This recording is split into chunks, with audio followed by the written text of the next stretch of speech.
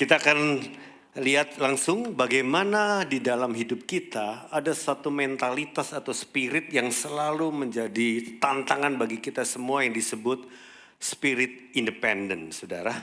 Kita hidup di dalam dunia yang penuh dengan tipu daya, yaitu budaya individualisme. Ya, kalau Bapak Ibu perhatikan baik-baik, mari kita lihat sama-sama statement yang pertama. Mari baca bersama, 2, 3. Percaya diri adalah hal terutama untuk meraih kesuksesan. Oke. Siapa yang setuju dan berkata statement pertama ini sih oke aja sih Pak? Siapa? Yang merasa statement pertama oke? Ada ya beberapa ya saudara. Siapa yang berkata statement pertama ini salah? Angkat tangan. Terus Bapak Ibu pendapatnya apa? Kalau Bapak Ibu merasa ini salah, salahnya di mana? Coba diskusi sama sebelahnya. Coba sebentar saja, 1-2 menit. Diskusi sama sebelahnya. Percaya diri adalah hal terutama untuk meraih kesuksesan. Salahnya di mana?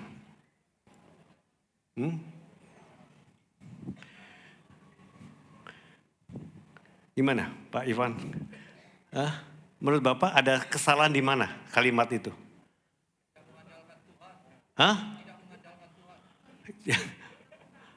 Jadi salahnya di kata yang mana maksudnya? Di kata yang mana? Terutama. Oke. Jadi kalau menurut Bapak Ibu kata terutama yang salah. Jadi percaya diri adalah salah satu gitu ya. Untuk meraih kesuksesan. Nah, saya mau yang lebih tajam lagi. Salahnya di mana? Yang benar adalah percaya Tuhan adalah hal terutama untuk meraih kesuksesan. Jadi bukan percaya diri, percaya Tuhan. Nah inilah, dunia menipu. Kamu bisa, katakan kamu bisa, saya bisa. Nah gitu. Karena saya kamu, tapi nggak ada Tuhan di situ. Kita nggak ajak Tuhan, nggak libatkan Tuhan. Ya. Oke, yang kedua, kita baca sama-sama. Hidupmu, apalagi imanmu adalah urusan pribadimu, bukan orang lain. Salahnya di mana?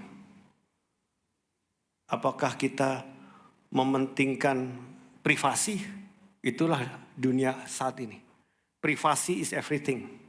Jadi orang nggak boleh masuk wilayah privasi saya. Hidup saya terserah saya, iman saya apalagi itu terserah saya. Ya, di dunia barat 18 tahun ke atas pasti punya sikap begini kecenderungannya. Ya.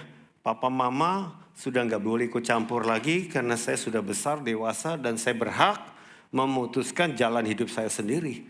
Akhirnya anaknya memilih jalan hidup LGBT. Dan papa mamanya tinggal nangis saja. Ini jalan hidup saya Pak. Ya kan? Itu yang terjadi saudara. Tuhan berkata apa?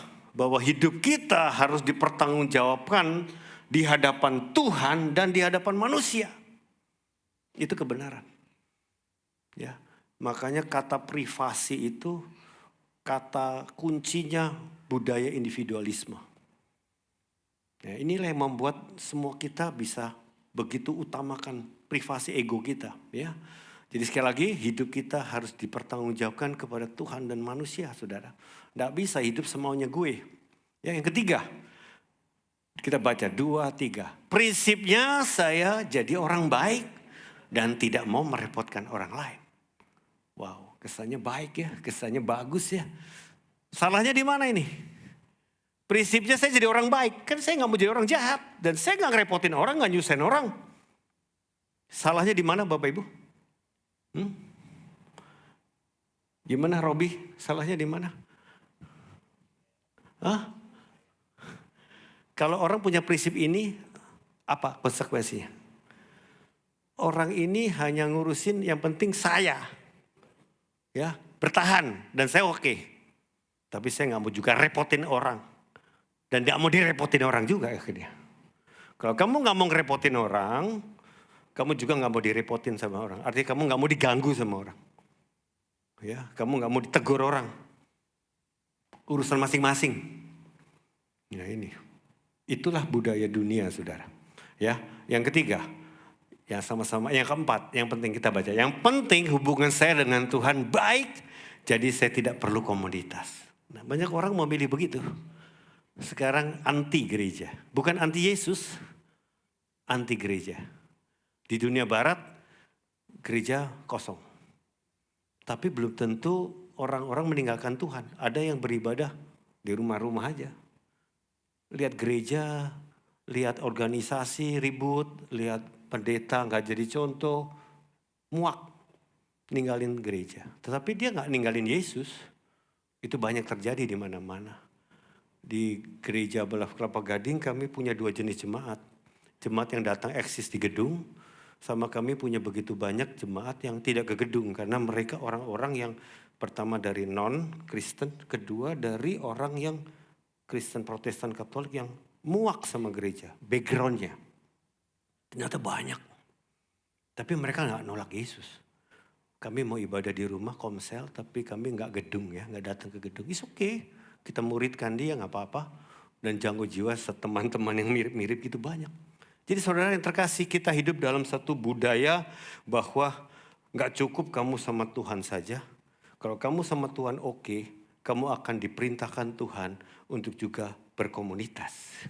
Itulah rancangan Tuhan bahwa engkau tidak boleh sendiri saja. Allah tetapkan engkau menjadi komunitas dan menjadi gereja. Oleh sebab itu, dari mana asal muasal spirit ini, budaya ini? Ya pasti dari kejatuhan malaikat Lucifer pada awalnya. Ya, Bapak Ibu tahu bahwa spirit independen ini suatu karakter utama dosa manusia.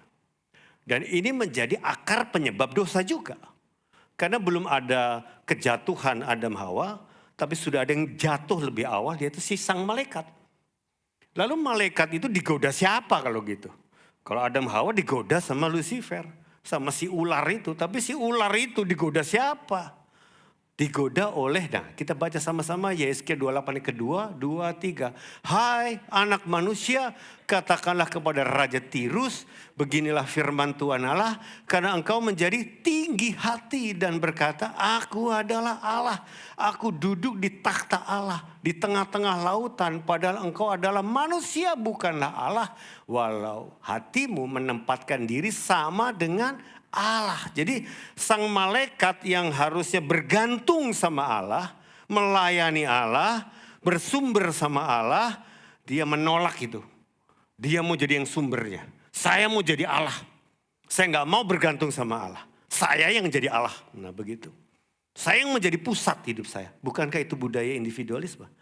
Saya ya saya, privasi saya, suka-suka saya, semau saya. Nah saudara, itu karakter dosa.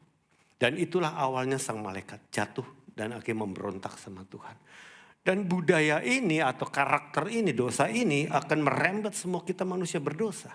Jadi kecenderungan ini ada pada setiap kita. Tergantung kadarnya. Nah mari kita sama-sama lihat ciri-ciri daripada spirit ini. Spirit ini adalah karakternya seperti lihat pribadi orang di foto ini.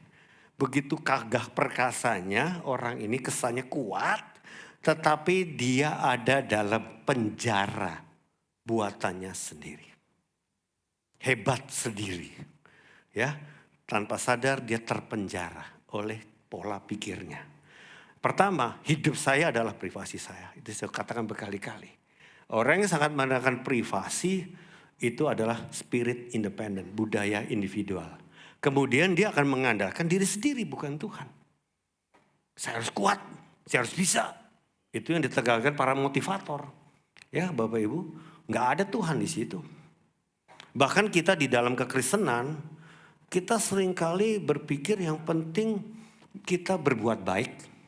It's enough berbuat baik. Tapi kalau nantang orang buat terima Tuhan dari background latar belakang yang berbeda, aduh nggak berani Pak saya. Kan agama urusan pribadi. Nah itu hati-hati. Agama urusan privasi masing-masing. Jadi kita nggak menyentuh area sensitif itu. Kita nabur kebaikan aja. Kita main soft aja. Tapi kita nggak ajak dia ketemu Tuhan. Ya biarlah perbuatan baik. Itu rata-rata. Ya nggak ada bedanya sama agama yang lain. Semua agama pasti ngajarkan untuk berbuat baik. Betul nggak? Tapi apakah ada kebenaran dan kehendak Yesus ada di sana? Ya, untuk dia diselamatkan. Betul nggak saudara? Nah, mengandalkan diri sendiri. tanpa ada Tuhan di situ. Kemudian apa? Dia susah percaya orang. Karena begini, background orang yang sangat kuat spirit independent biasanya latar belakangnya seorang yang fatherless. Dia nggak punya background dengan orang tua yang care dia dan mengasihi dia dengan tepat, dengan baik.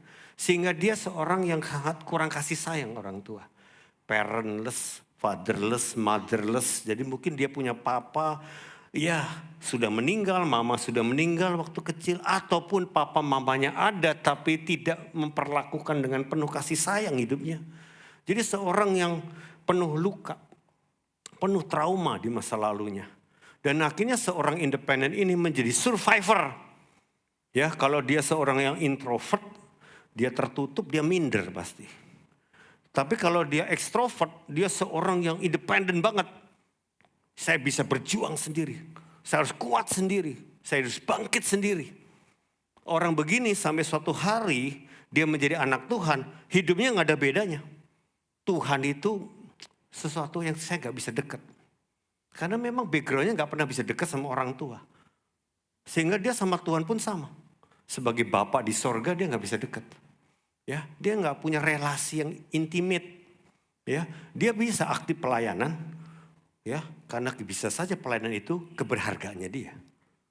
Bisa gak pelayanan sebagai keberhargaan diri? Bisa. Nah, orang begini tanda-tandanya ketawanya dari mana? Ketika dikritik di pelayanan. Ketika dia udah bisa-bisa ditegur. Marah besar itu. Kurang ajar. Gue udah gak dibayar nih melayani Tuhan. Main ditegur-tegur aja. Cabut. Marah. Ciri-cirinya begitu. Berarti ketahuan. Dia gak secara tulus ikhlas melayani tanpa syarat. Tapi melayani bersyarat. Tolong ya, gue udah sungguh-sungguh. Dihargai dong. Itulah privasi. Dihargai dong. Tuntutan. Kenapa? Dia gak dapat keberhargaan. Makanya carinya dari apa yang dia bisa buat. Sehingga apapun yang dia lakukan selalu transaksional. Aku sudah lakukan apa, tolong orang juga membalas yang sama. Kebaikan, pujian, keberhargaan, begitu. Jadi dia susah percaya orang. Karena banyak luka sama orang. Ya, dan susah dinasihati pasti. Dan ditegur. Jadi banyak kita di gereja ketika melihat saudara kita bersalah. Ini tantangan terbesar. Semua kita. Di Komsel pun, PKS ngelihat anggota selnya salah. Pertanyaannya, berani negor gak kamu? Waduh Pak, kalau negor jenis yang satu ini repot Pak. Saya negor bisa keluar Komsel saya. Daripada anggota sel saya tambah dikit, ya cincai lah Pak. Kompromi aja lah. Nah itulah tindakan kebanyakan orang.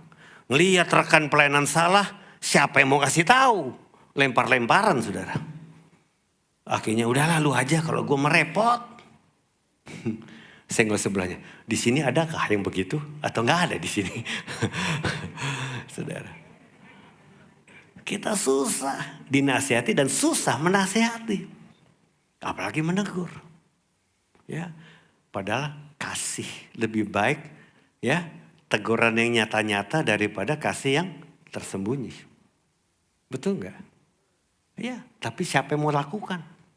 Itu urusan besar di dunia gereja. Di dunia komunitas, saudara. Ya, kita kan punya komunitas. Apalagi gereja nggak ada komunitas. Wah, repot, saudara. Kalau gereja nggak ada pemuritan, ya pemuridnya aja yang negor. Karena pemuridnya yang paling dekat sama dia. Ya, kemudian apa? Hidup pakai topeng tadi. Jadi di luar dia bisa senyum, di hati dia bisa pedih. Dia harus tampil oke, dia harus jaim, jaga image. Dia harus perform baik. Makanya apalagi kita yang pelayanan panggung di sini, kita bisa pakai topeng, Bapak Ibu. Gak heran kalau kita ya sering kali dengar hamba Tuhan yang jatuh. Wah, orang hebat begini bisa jatuh ya Pak. Selama ini ngapain ya? Wah, ya baru-baru ini kita dengar seorang penulis buku rohani yang sangat terkenal di Amerika jatuh. 8 tahun sudah selingkuh. Dia ngomong di usia saat ini 76 tahun. 76 udah opa-opa. Selingkuh. Masih nulis buku rohani. Ya kan? Karena itu perform. Ya kan? Keberhargaan pelayanan. Makanya saudara, apakah itu yang terjadi? Akan banyak cerita-cerita yang sama terbongkar. Karena ketika kami berdoa, tubuh Kristus hamba Tuhan, kami punya jaringan satu tubuh Jakarta Utara, saya dan teman-teman berdoa dapatnya apa? 2026 menjadi tahun kebenaran sekaligus pemurnian. Jadi kalau dulu kita bisa masih aman pura-pura pakai topeng, 2026 dibongkar semua sama Tuhan. Makanya kita harus bertobat sungguh-sungguh. Ya ini pakai topeng dan bangun penjaranya sendiri. Jadi hebat sukanya dia sendiri, tapi sebetulnya lemah. Kalau dia minta ada penjara artinya apa? Nggak ada orang yang bisa masuk ke situ. Ke wilayah privasi dia, tapi otomatis dia pun nggak bisa keluar. Betul nggak? Kalau orang nggak bisa masuk ke hidup dia pun nggak bisa keluar kemana-mana. Dia terpenjara di situ. Ya itu dia. Penjara pikirannya sendiri. Penjara privasinya sendiri. Itulah tembok benteng pertahanan dia. Untuk melindungi dirinya yang luka. Itu dia. Saudara, hari ini saudara, di gereja yang sejati, komunitas sejati, kita justru belajar apa adanya. Dengan merendahkan hati, tanpa takut dan malu. Wow, itu suatu budaya gereja yang sangat ditunggu-tunggu. Kalau saya tanya sama orang-orang yang gereja bawah tanah atau komunitas yang gak mau ke gedung lagi, saya tanya, kamu luka seperti apa? Waduh Pak, pendeta saya yang dulu Pak, gereja saya yang dulu penuh kemunafikan. Lalu kamu di komunitas ini kenapa? Kami di komunitas kami Pak, kami sudah saling terbuka, kami gak takut Pak. Justru kami jadi diri kita apa adanya di sini Pak. Itulah yang kami sukai. Wow. Semua orang sebetulnya penunggu-nunggu mendapatkan komunitas seperti itu.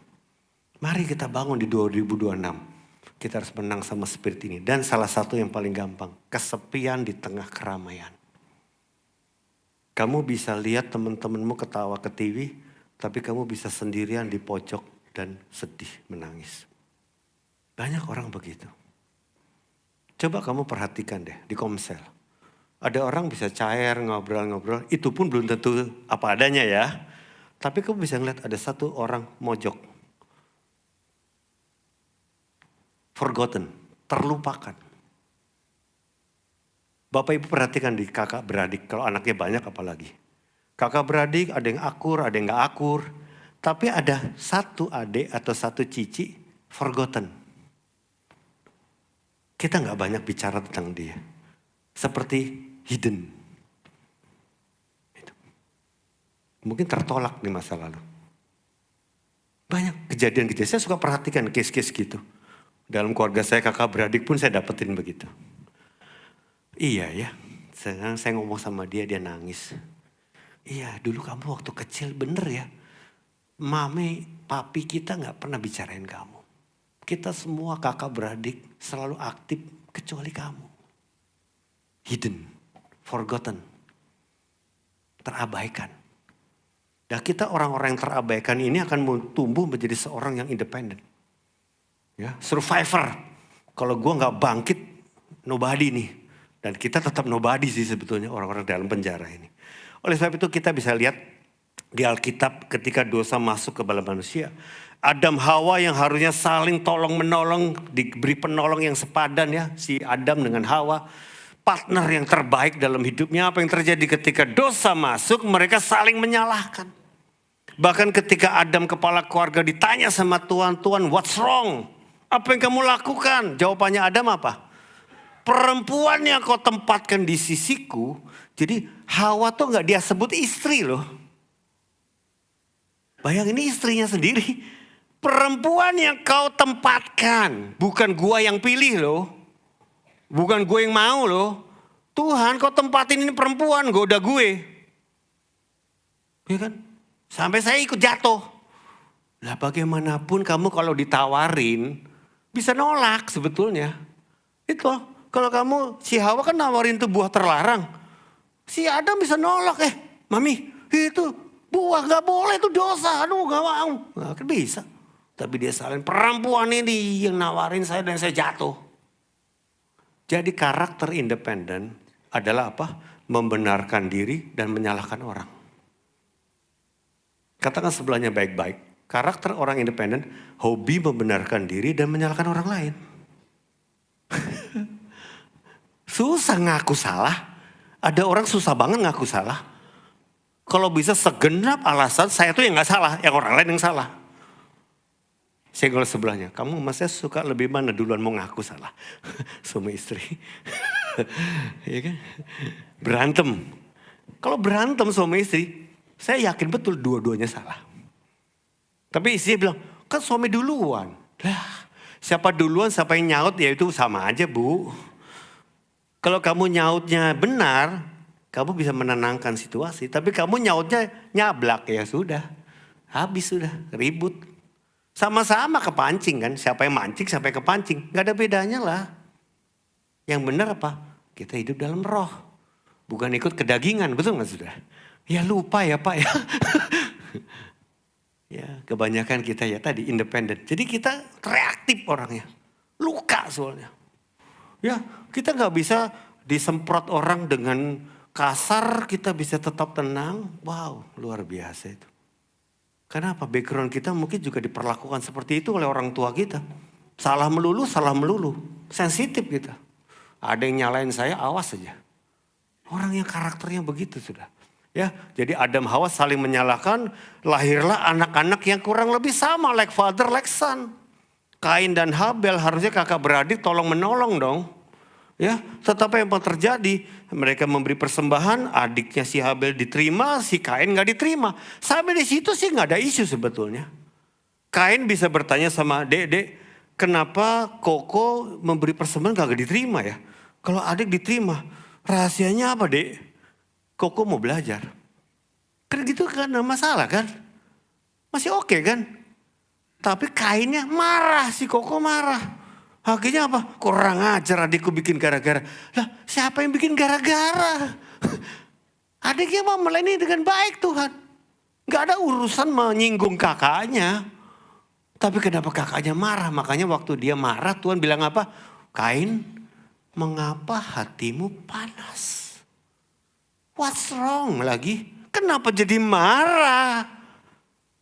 Apa isunya gitu loh. Adikmu tuh gak bikin apa-apa yang jahatin ke kamu. Kenapa kamu marah? Karena kembali orang independen membenarkan diri dan menyalahkan orang lain. Itu karakternya. Gua gak salah, orang lain aja yang salah. Wah repot tuh saudara. Adikku yang salah. Lah adiknya gak bikin apa-apa loh. Dibunuh adiknya. Makanya dikatakan di kitab Kejadian itu Kain lari sebagai seorang pelarian dan pengembara. Jadi orang independen, seorang yang hatinya gak tenang. Kemana tuh mengembara. Jadi gak ada ketenangan batin. Kerja sini, kerja situ gak ada puasnya. Pindah gereja sini, gereja situ pasti juga gak ada puasnya.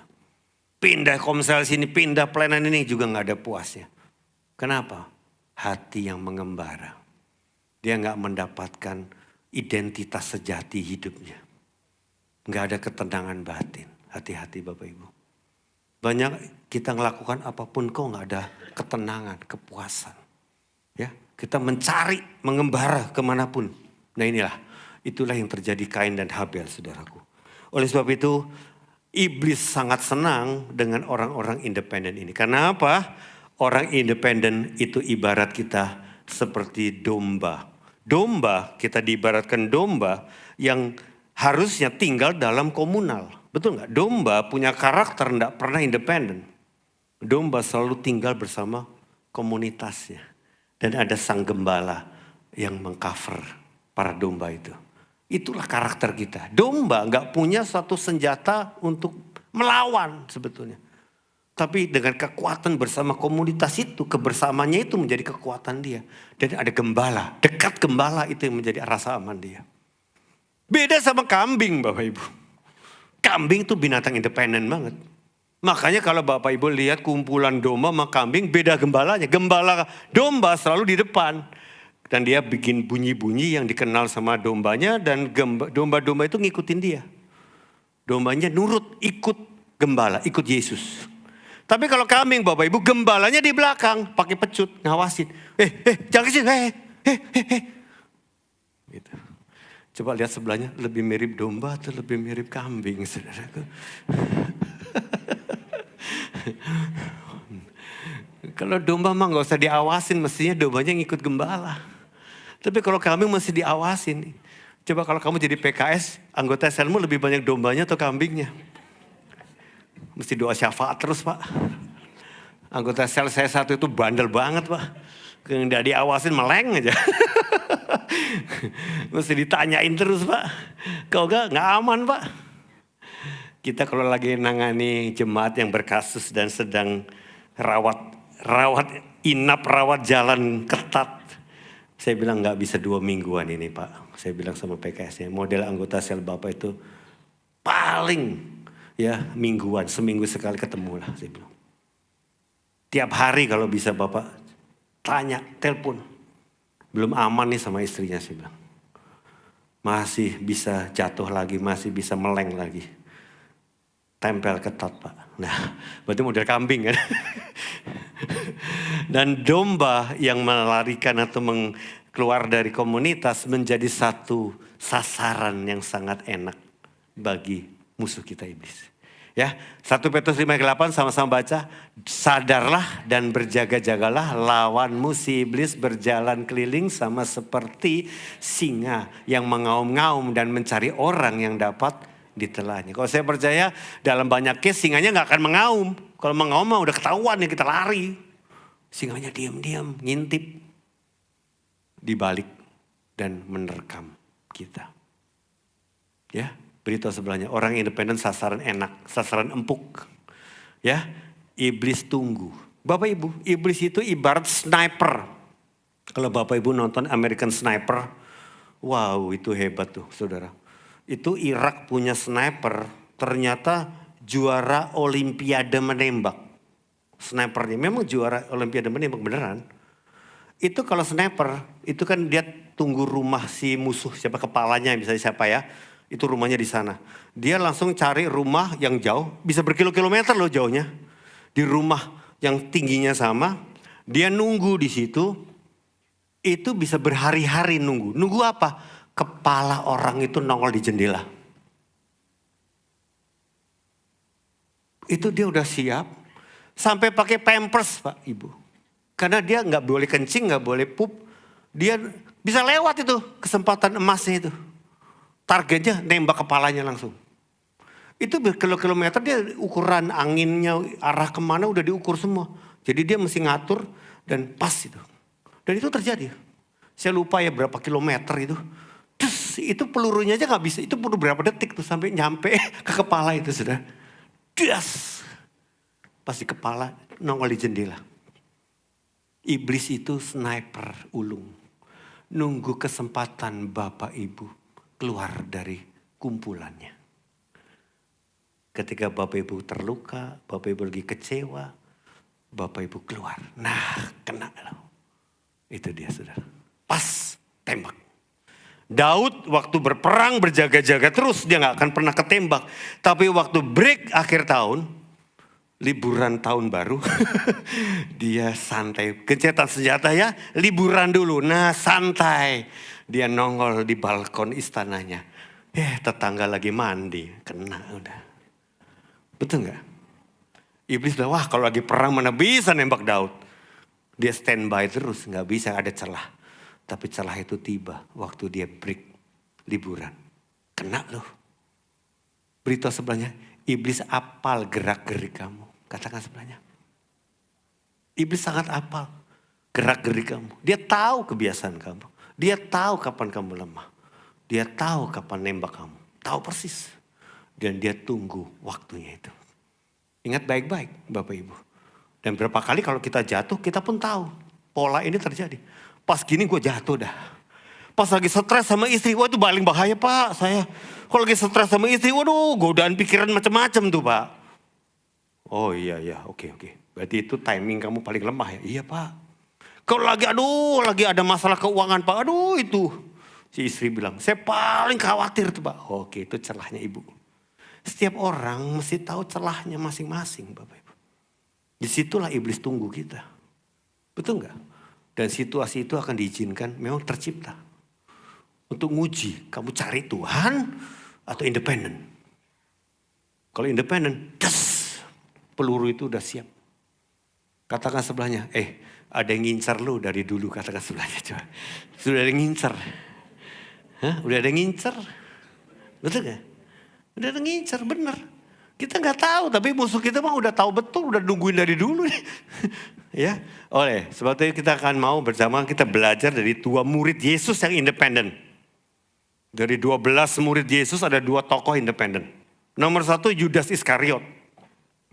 Kalau kita lihat track recordnya Yudas sangat independen. Sebetulnya Yudas tidak murni pengikut Yesus. Pengikut siapa dia? Mamon. Makanya Yesus sebetulnya tes. Yesus tuh berani banget. Dia sengaja ditaruh jadi bendaharanya komunitas selnya Yesus. Bendahara loh. Waktu ditunjuk, sebetulnya Yesus ngetes. Kalau kamu ngaku dengan jujur, Yesus, jangan saya jadi bendahara. Saya paling lemah soal keuangan. Jangan goda saya Yesus. Bolehkah orang lain aja? Karena saya belum sembuh di area keuangan. Tapi bagi Yudas, justru ini kesempatan, gue dapat kesempatan emas jadi bendahara. Betul kan? Nah ini belum bertobat. Betul. Dan waktu dia akhirnya negosiasi sama Imam Kayafas, kalau Bapak Ibu nonton The Last Supper, itu bagus banget itu film. Terjadi satu percakapan yang saya sangat senang. Imam Kayafas tuh kan gak tahu persis Yesus itu di malam itu nginepnya di rumah mana. Ya Yerusalem satu peluit inilah. Kan banyak rumah. Di rumah yang mana kan gak tahu. Dia ada di mana, mau ditangkap di mana gitu. Mesti ada informan. Ya orang dalam dong. Yang pasti akan memberi info. Siapa? Bapak Ibu tahu dari 12 murid Yesus. Kebanyakan orang Galilea, orang utara semua. Nah Imam Kayafas orang Yerusalem. Siapa orang Yerusalem satu-satunya dari 12 murid Yesus? Yudas Iskariot. Jadi kenal pribadi. Das, kita kan teman. Satu kampung. Betul gak? Lu tahu gak Yesus tinggal di mana? Tahu lah. Boleh gak? Lu kasih info ke gua. Terus Yudas boleh. Ketika boleh, Imam Kayafas nanya apa? Ya udah nego ya. Gue pengen tahu. Setahu saya jadi pengemurid rabi itu setia sama rabinya totalitas. Kok lu tega? Padahal ini nego-nego yang jahat ya. Lu kok tega? Serahin rabi lu sama gue. Kenapa Yudas? Padahal udah deal ya. Tapi karena penasaran Kayafas. Gak ada tuh murid sejahat ini. Seumur-umur kalau udah jadi pengikut sang rabi. Lu kok tega sih nyerahin rabi lu buat gue? Money. Di film itu jelas-jelas. Money. Wow. Chen. Begitu banyak. Kita kalau gak menang keuangan di 2026 kita pasti jatuh. Saya jamin betul. Bapak Ibu belum menang-menang di keuangan di 2006. Bapak Ibu akan kepleset dalam. Dan bisa kayak Yudas Iskariot ninggalin Tuhan. Karena begitu pahit kejatuhan keuanganmu. Hati-hati Bapak Ibu. Makanya di gereja kami tekankan faith, family, finance. Pemuritan fokus 3 ini ya, mesti breakthrough. Faith, family, finance. Harus beres. Nggak ada cerita. Itu akan ditembak betul. Celah besar itu nanti. Oleh sebab itu Bapak Ibu, Yudas akhirnya kaget kenapa negonya gak sampai mati ya. Negonya gue serahin, habis itu gue yakin betul Yesus pasti bebas. Kenapa? Yesus gue kuat, penjara aja jebol. Bisa ditengking aja jebol. Jadi negonya cuma nyerahin doang, gak apa-apa dong. Pas Yesus disalib, down. Sampai mati rabi gue, bunuh diri dia. Kenapa? Karena memang Yudas gak pernah deket sama komselnya. Yudas, murid atau anggota sel pura-pura. Waktu ada masalah, keluar dari komsel, bunuh diri. Tapi Simon Petrus sama independennya. Apa sih? Dia jadi murid Yesus cari pembuktian diri. Nonjolin diri, keberhargaan diri. Itulah karakter Petrus. Betul gak? Sampai Yesus tuh sedih, aduh ini murid satu ini gue paling percayain tapi paling beresiko ini. Kenapa? Ini orang yang independen kata Yesus. Makanya aku mau dia pulih. Caranya apa? Aku tegur dia. Petrus, kamu akan nyangkal aku 3 kali. Apa mestinya? Nangis mestinya Petrus, hancur hati, ampuni saya kalau saya diperingati nyangkal. Tuhan lihat aku bisa nyangkal. Ampuni aku Tuhan. Mestinya dia bertobat langsung. Karena dia ditegur. Sok-sokannya itu, independennya itu. Tapi apa yang dilakukan Petrus? Mana bisa orang model Petrus jangkal Yesus? Ampun dah, belum bertobat juga nih orang. Masih sok-sokan juga. Ya udahlah terjadi aja kata Yesus. Terjadi beneran kan? Karena Petrus gak peka itu. Dikasih warning begitu. Dia nyangkal betul. Tapi dia punya komunitas, puji Tuhan. Dia lari sama teman-temannya. Yuk balik kampung Galilea. Makanya dicari di Galilea untuk dipulihkan. Tepok sebelahnya. Kalau lu gak punya komsel, lu bakal kayak Yudas ke situ sebelahnya.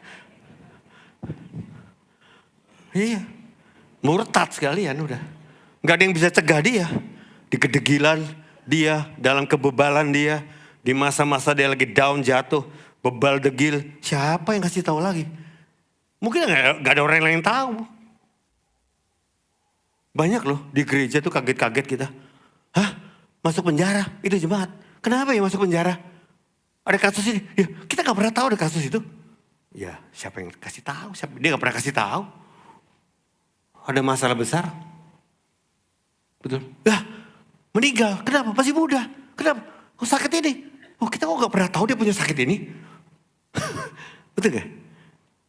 Tepok sebelahnya 2026 pasti banyak kaget-kaget kamu kasih tahu sebelahnya. Kaget-kaget. Ya bener. Gak ada yang tahu. Dia gak pernah kasih tahu. Privasi. Aib. Malu. Kalau orang tahu malu Pak. Rasa malu itu serius Bapak Ibu. Rasa malu musuh komunitas. Karena rasa malu itu karakter orang independen. Malu ke orang tahu kelemahan saya. Padahal Yesus gak malu. Dia di Getsemani ketakutan. Betul kan? Apa adanya. Takut rasanya. Gak malu dia. Malah minta murid-murid nemenin, muridnya gak mau nemenin. Padahal murid-murid, Yesus kan, gue tolong jangan tinggalin aku sendiri. Yesus aja tetap di komunitas. Muridnya pada tidur semua. Pokoknya ikut nangis sebelah Yesus kayak gitu. Tinggal tidur aja Yesus. Betul, nggak ada empati gitu. Itulah saudara, Yudas. Oleh sebab itu kita lihat sama-sama Yesus tidak pernah punya karakter independen. Dia pun datang menyendiri bukan untuk independen, untuk ketemu Bapaknya di sorga. Dia Tuhan 100% tapi juga manusia 100%. Sebagai manusia 100% dia butuh Tuhan. Dia datang sama Tuhan. Dia mengandalkan Tuhan. Makanya seorang independen, ciri utamanya susah intimate with God. Orang independen susah intim sama Tuhan. Suruh doa lama gak bisa. Kalau doa rame-rame oke lah Kak. Tapi kalau doa sendiri saya gak bisa lama ya. Itu karakternya orang independen. Susah. Boring. Tuh gak konsen Pak. Hatinya gak tenang. Gak bisa duduk tenang. Di hadirat Tuhan. Gak bisa comfort. Gak nyaman. Kenapa? Ya sama tuh bapaknya aja gak bisa ngomong gitu. Problem orang ya, ayah-ayah. Yang kita semua hidup dalam dosa ya. Ayah atau papa susah deep talk sama anak. Makanya di gereja kami bikin kolaborasi youth sama parents. Berapa kali father and daughter dating, father and son bisa bikin acara bersama. Salah satu kuncinya dikasih pertanyaan supaya bisa nanya anaknya. Pas saya sama anak saya Putri kan, Stasha, dating. Kita bareng-bareng di gereja bikin dating. Semeja-semeja papa sama anaknya. Terus dikasih kartu-kartu pertanyaan. Saya buka, nanya anakmu. Saya baca pertanyaan, seumur umur gue gak pernah nanya ini sama anak saya. Terus anaknya juga nanya, saya gak pernah nanya sama papi pertanyaan sedalam itu gitu. Kita susah deep talk sama anak kita. Itulah karakter independen. Pemuritan pun ngajar bukannya nanya. Pemuritan yang benar tuh nanya. Tapi nanya apa Pak? Nah itu pertanyaannya. Di pemuritan nanya apa Pak? Gak biasa. Kita gak pernah deep. Bapak Ibu kalau datang sama Tuhan, bukan cuma curhat, tanya. Dan Tuhan bicara sama Bapak Ibu. Makanya orang yang sudah pulih akan suka dengar suara Tuhan. Tuhan ngomong sama saya, Pak. Tapi kalau ada orang yang masih independen, gue gak bisa dengar kayak lu. Lu bisa ya dengar suara Tuhan? Gue susah lo dengar. Budek kayak gue. Karena memang gak bisa deep hati ke hati sama Tuhan. Apa? Gak trust. Kalau dia gak trust sama papa mama, dia gak bisa trust sama Tuhan juga. Apa Tuhan bisa caring saya? Hati-hati Bapak Ibu. Dan Yesus selalu hidup dengan komunitas. Oleh itu Bapak Ibu yang terkasih, kuasa komunitas seperti tiga utas tali. Umpama dalam perkelahian seorang diri saja akan mudah dikalahkan musuh. Kalau berdua lebih mungkin mereka mampu bertahan. Tapi 3 orang kan lebih kuat lagi. Seperti 3 utas tali yang dijalin menjadi satu. Akan sulit diputuskan. Kalau Bapak Ibu bicara tali tambang ini bukan 2, 3. 3 utas tali kecil yang dililit jadi satu tali kuat yang tambang yang kuat. Seperti ibarat suami, istri dan Yesus. 3 pribadi diikat menjadi satu. Makanya komunitas terinti dalam hidup manusia pernikahan. Kalau engkau dengan suamimu independen, bahaya besar. Suami dan istri independen. Suatu hari dapat WA, Pak Budi, masih ingat saya? Saya minta konseling Pak. Aduh, nomornya aja saya gak save. Siapa ya Bapak? Bapak yang berkati saya 20 tahun yang lampau. Wow, udah lama banget. Ya, udah lupa. Kita udah nikahin ratusan pasang, lupa. Dan ini bukan di gereja kami ya. Artinya orang ini dinikahkan bukan di Abalaf kami, Abalaf yang lain.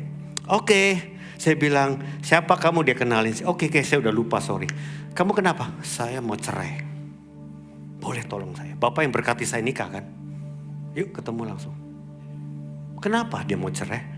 Seorang pria yang sangat-sangat punya hobinya sendiri. Dia seorang yang sangat kuat touring. Dia punya moge, motor besar. Dan komunitas dia is everything.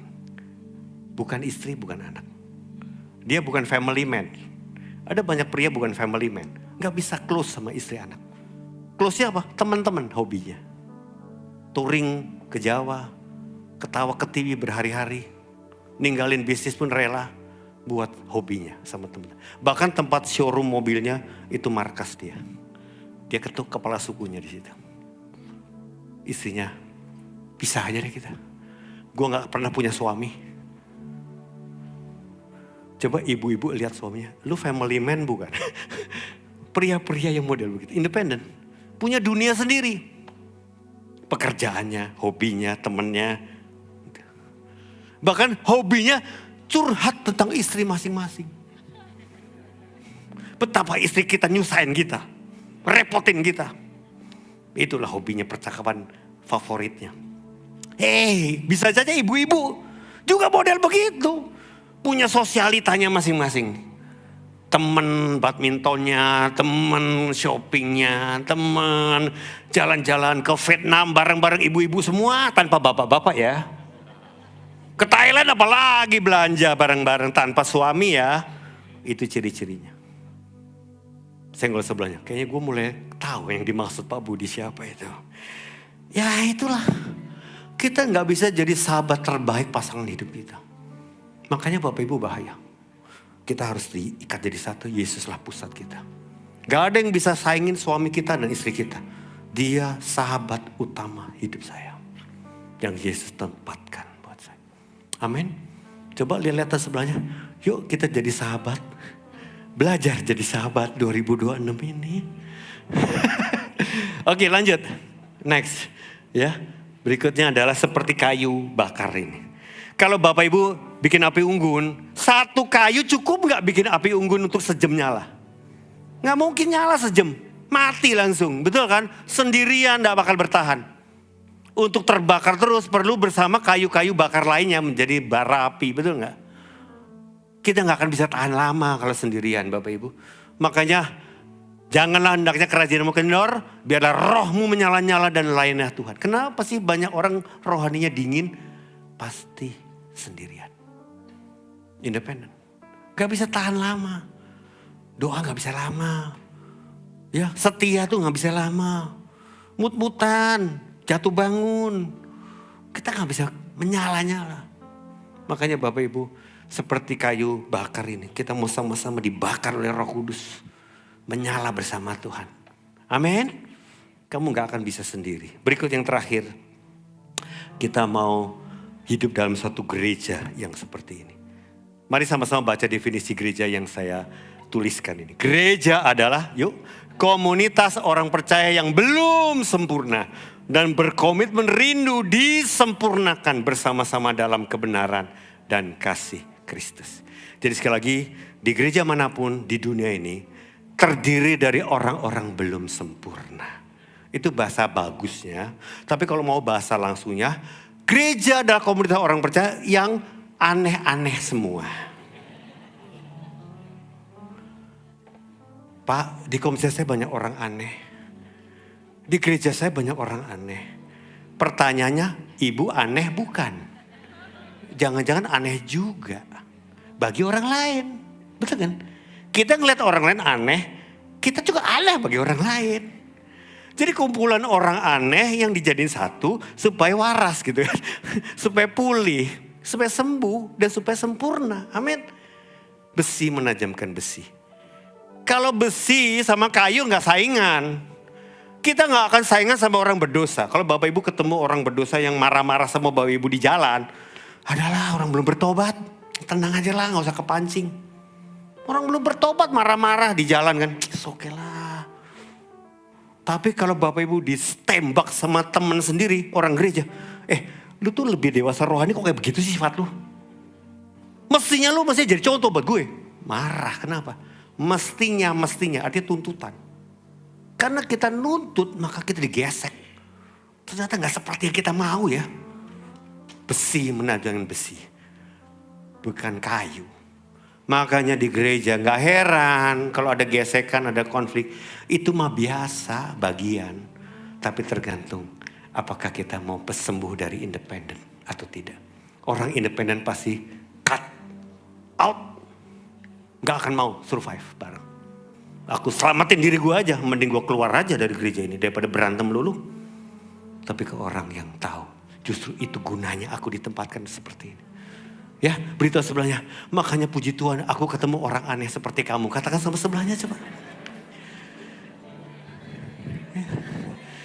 Yang bikin aku lebih aneh lagi. Diubah Tuhan. Amin. Amin. Iya, puji Tuhan. Saya beberapa kasus dalam jemaat yang aneh-aneh Bapak Ibu. Saya malah dapat tantangan. Seringkali suka mau menghindar gitu. Banyak pemimpin udah nyerah ngadepin orang ini. Tapi kok berkali-kali dalam satu kejadian tuh udah Budi layani dia. Budi layani dia. Yang lain udah lempar handuk. Angkat bendera putih. Kamu ada anugerah layani dia. Special order. Dan ketika pulih saya juga gak bisa sombong. Hati saya tuh hancur hati ngelihat dia. Masih aneh terus itu. Masalahnya istrinya jadi aneh, anaknya jadi aneh. Nyamber kan, selamatin dah nih keluarga kalau nggak hancur semua ini. Tapi anugerah Tuhan menyertai asal kita taat. Jadi sekali lagi Bapak Ibu, selamat berkumpul dalam gereja kita yang aneh ini. Dan ketemu orang-orang komsel yang aneh juga. Ketemu penatuamu yang aneh juga. PA-PKSmu yang aneh juga untuk kita diubah sempurna di dalam kasih karunia Tuhan. Amin, tepuk tangan buat kita semua. Mari kita bangkit berdiri. Kita mau sembuh, kita mau pulih. Moving forward di 2026 ini. Thank you God.